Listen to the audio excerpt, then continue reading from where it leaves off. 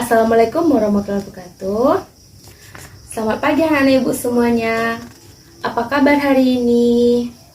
Alhamdulillah kabarnya baik semua. Baiklah, pada pagi hari ini kita akan mulai saja pembelajaran kita, yaitu bahasa Indonesia tema 5 tentang teks cerita hikayat. Oke, sebelum ibu mulai pembelajarannya, sebelumnya kita absen dulu ya, satu persatu.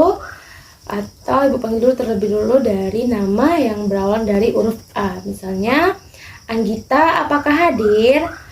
Hadir ya, baiklah, yaudah.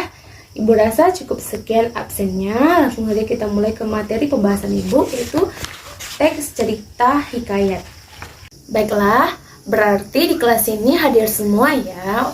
Oke, sebelum kita mulai pembelajaran, marilah kita terlebih dahulu membaca doa yang akan ibu pimpin sendiri. Berdoa dimulai dengan kepercayaan kita masing-masing.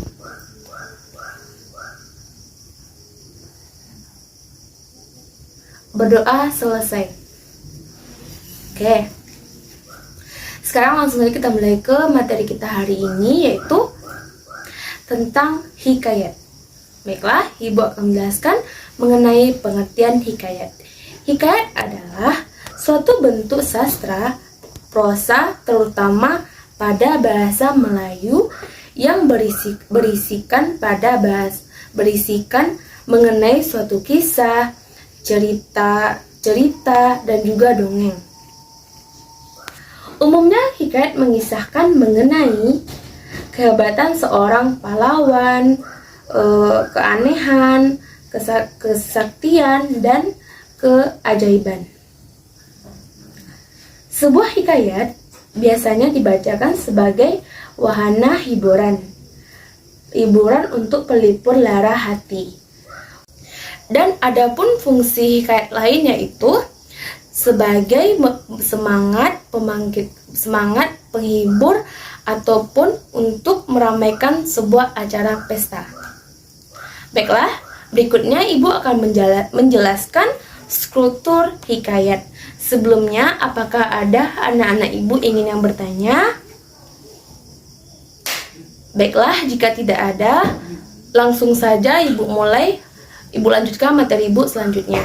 Struktur hikayat. Oke, baiklah, ibu akan sebutkan yang pertama. Yang pertama ada abstraksi. Abstraksi merupakan ringkasan atau inti dari cerita yang dikembangkan menjadi rangkaian peristiwa, atau bisa juga menjadi gambaran awal dari cerita tersebut.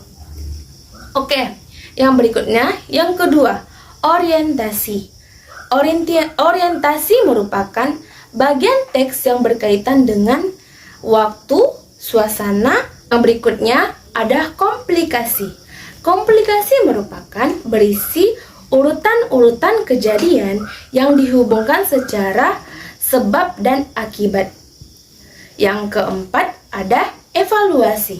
Evaluasi merupakan konflik yang mengarah pada dimulainya klimaks yang mendapatkan penyelesaian dari konflik. Yang kelima ada resolusi. Resolusi merupakan pada bagian ini si pengarang mengungkapkan solusi terhadap permasalahan yang dialami tokoh tersebut. Yang keenam ada koda. Koda merupakan nilai ataupun pelajaran yang dapat diambil dari suatu teks cerita oleh pembacanya. Baiklah, kita lanjut. Apakah ada yang ingin bertanya dulu anak-anak ibu? Kalau tidak ada yang ingin bertanya, akan ibu lanjutkan materi berikutnya. Apakah ada yang ingin bertanya? Baik, tidak ada ya. Ibu akan lanjutkan materi berikutnya. Ciri-ciri dan karakteristik hikayat. Ciri-cirinya ada 6. Yang pertama yaitu bahasa. Bahasa yang digunakan pada hikayat itu pada umumnya adalah bahasa Melayu. Kedua, istana sentris. Pusat cerita itu berada di dalam lingkungan istana. Hikayat tersebut seringkali bertema dan berlatar tentang sebuah kerajaan. Biasanya, tokoh-tokoh yang diceritakan pada hikayat ini tentang raja ataupun rakyat yang berada di istana tersebut. Oke. Yang ketiga, parologis dalam kurung kemustahilan. Banyak cerita yang terdapat pada hikayat tidak bisa atau tidak diterima karena tidak masuk akal.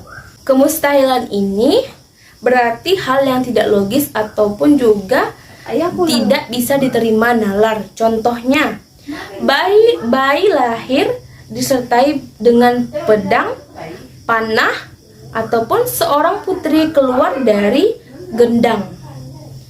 Ataupun bisa juga bayi keluar dari sebuah timun. Baiklah, ada yang keempat yaitu statitis. Dalam hikayat ini memiliki sifat yang kaku dan juga tetap atau tidak berubah-ubah.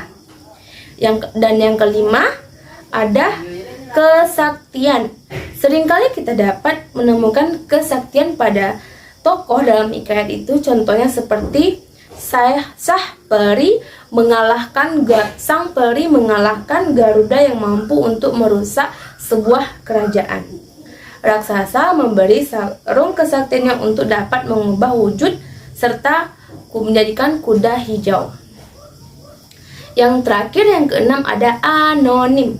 Anonim berarti tidak diketahui dengan secara jelas nama pencerita ataupun pengarang hikayat tersebut. Yang ketujuh, arkais.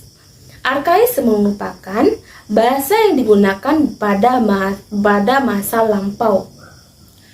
Baik, itulah ciri-ciri hikayat tadi. Berikutnya Ibu akan masuk lagi ke unsur-unsur hikayat. Unsur hikayat yang pertama ada tema. Tema merupakan suatu gagasan yang mendasari sebuah cerita. Yang kedua, latar. Latar ada tempat, waktu, suasana, dan gambar pada cerita. Yang ketiga, ada alur. Alur merupakan sebuah jalan dari cerita, bisa alur maju, mundur, ataupun alur campuran. Yang keempat, amanat. Amanat adalah pesan moral yang ingin disampaikan oleh pengarang cerita. Berikutnya, yang kelima, tokoh. Tokoh cerita adalah tokoh yang dilakukan oleh watak dari sang tokoh. Yang keenam, sudut pandang. Sudut pandang merupakan pusat dari pengisahan dari mana sebuah cerita dikisahkan. Yang ketujuh, gaya bahasa.